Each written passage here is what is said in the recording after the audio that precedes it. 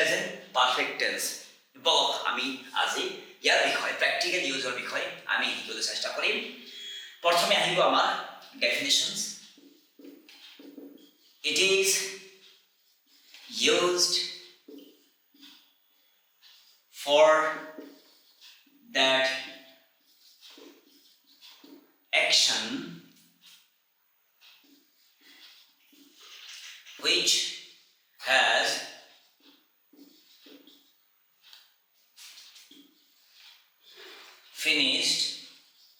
but there is still its effect or result. দেখা পাইছেনে? It is used for that action which has finished but there is still its effect or result. ইয়াৰ অসমীয়া ভাঙনিটো বুজিব চেষ্টা কৰিম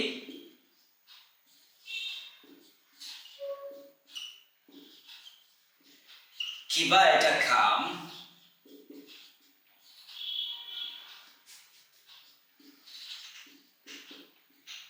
শেষ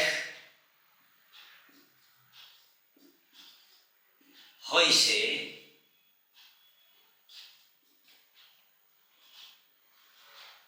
কিন্তু সৰি দে এটা মানে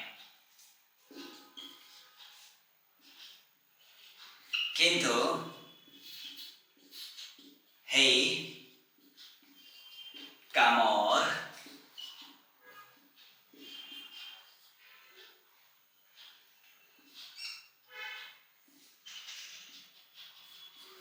প্ৰভাৱ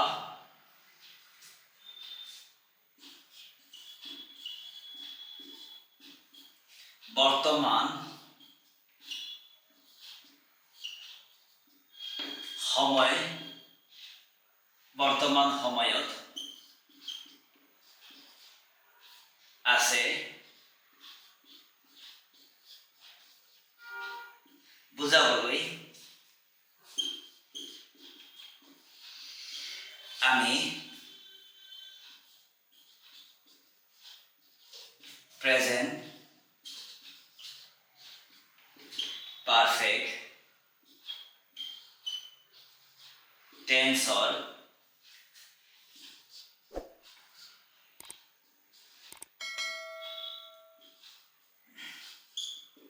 হাৰ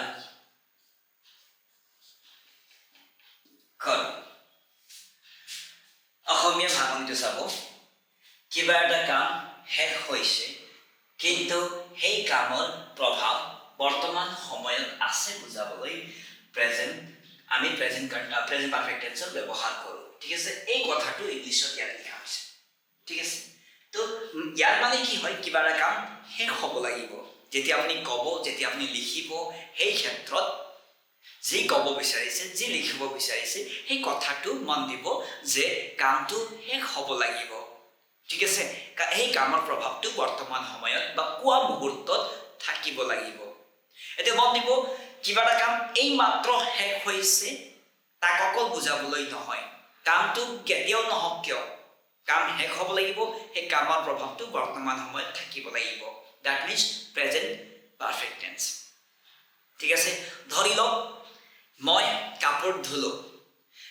ধোৱা কাম শেষ হ'ল বুজি পাইছেনে ধোৱা কাম শেষ হৈ গ'ল এতিয়া এই ধোৱা কামৰ প্ৰভাৱ চাফা হৈ আছে এইটোতো প্ৰেজেণ্ট পাৰফেক্ট টেন্স ধৰি লওক আপুনি ব্ৰেকফাষ্ট কৰিছিল ব্ৰেকফাষ্ট কৰা কামটো হৈ গ'ল জলপান খোৱা কামটো হৈ গ'ল কিন্তু সেই কামৰ প্ৰভাৱ এতিয়াও আছে মানে হ'ল ভোক লগা নাই ইয়াকে বুজাবলৈ প্ৰেজেণ্ট পাৰফেক্ট টেন্স ব্যৱহাৰ কৰা হয় বুজি পাইছেনে আগে তো মই আশা কৰিছোঁ এই কথাটো বুজি পাইছে আপুনি তো বলকচোন আমি কিছুমান সেন্টেন্স অলপমান বনাই লওঁ তাৰ আগতে আমি ফ্ৰেমৱৰ্কছ মানে হ'ল সেন্টেন্স গাঁথনিৰ বাবে যিটো সূত্ৰ ব্যৱহাৰ কৰা হয় ফৰ্মুলা যেটো ব্যৱহাৰ কৰা হয় সেইটো আমি শিকিবলৈ চেষ্টা কৰিম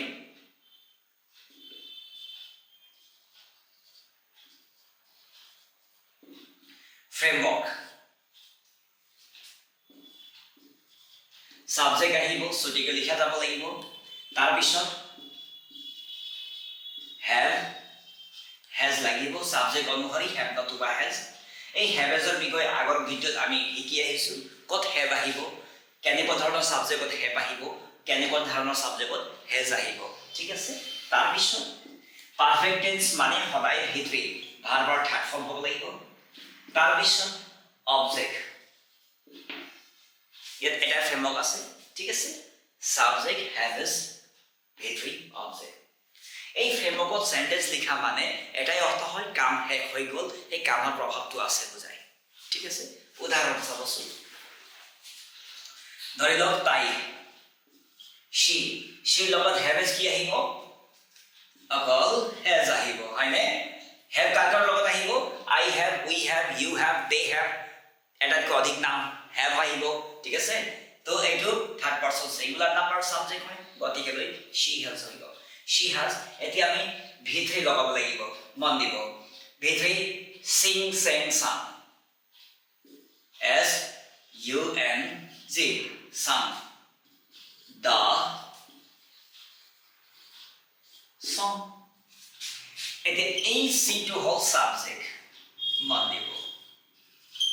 দেখা পাইছে নেক্সট have has এর ভিতৰত has to আহিব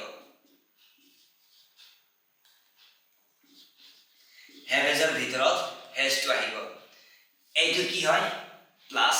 v3 এইটো কি হয় প্লাস অবজেক্ট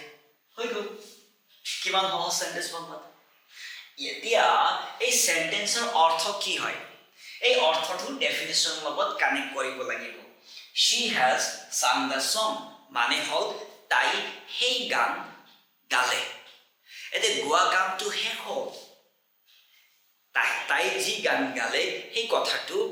ইফেক্ট আছে মানে হল কবাত ৰেকৰ্ড হৈ আছে চাই ল'ব পাৰে বুজি পাইছে যদি তেখেতে গান গোৱা কাম শেষ হৈ গ'ল প্ৰভাৱ নাথাকিলে সিম্পল পাষ্টত যায় আকৌ ঠিক আছে তো মই আশা কৰিছো প্ৰায় মোৰ 10 বছৰ কেৰিয়াৰত যেটো মই শিক্ষকতা কৰি আছো IELTS ইংৰাজীত বেছি সবতকৈ বেছি আমাৰ ষ্টুডেন্ট বিলাকৰ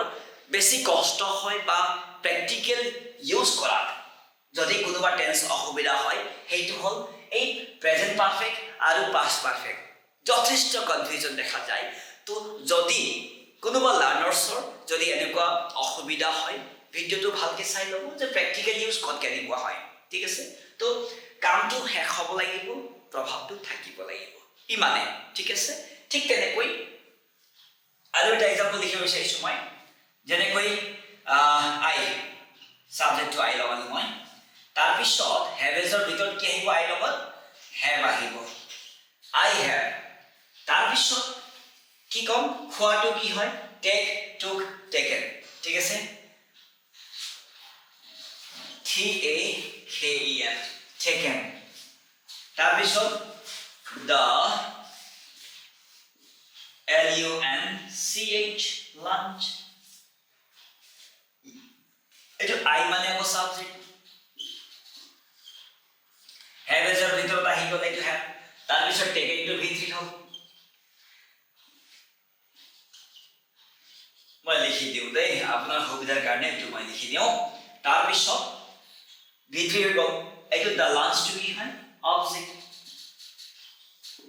হয় ইমান পানি হয় এটা জাস্ট ম্যাথমেটিক্সৰ নিচিনা হয় বুজি পাইছে তো চাব ধুনিয়াকৈ ফ্ৰেমৱৰ্কত শব্দ বহালো সেন্টেন্স ওলাই থাকিল শব্দ বহালো সেন্টেন্স বনি থাকিল ঠিক আছে খালি আমি ভাৰ্বৰ লগত সংগতি ৰাখি ভাৰ্বৰ লগত মিলিব পৰা অবজেক্টটো বহাব লাগিব ঠিক আছে তো ইয়াত কি হ'ল I have taken the lunch মানে মই দুপৰীয়া ভোজন কৰিলো খোৱা কাম শেষ হৈ গ'ল কিন্তু প্ৰভাৱ আছে মানে হল ভোক লগা নাই হৈ গ'ল ঠিক আছে তো মই আশা কৰিছো এই প্ৰেজেন্ট পাৰফেক্ট টেন্সৰ যদি কিবা কনফিউজন আছে আজিৰ পৰা হ'ব নালাগে ইয়া প্ৰ্যাকটিক্যাল ইউজ ধুনিয়াকৈ মই বুজাই দিলো তো ভিডিওটো যদি এবাৰত যদি আপুনি ভালকৈ বুজি নাপায় আকৌ এবাৰ প্লে কৰি চাবচোন যি প্ৰশ্ন যদি আপুনি মনত প্ৰশ্ন যদি উঠিছে সেই প্ৰশ্নৰ উত্তৰ এই ভিডিওত ধুনিয়াকৈ দিয়া হৈছে ইয়াকে কৈ মই এই সৰু ভিডিঅ' ইয়াতে সামৰণি মাৰিছোঁ। ধন্যবাদ।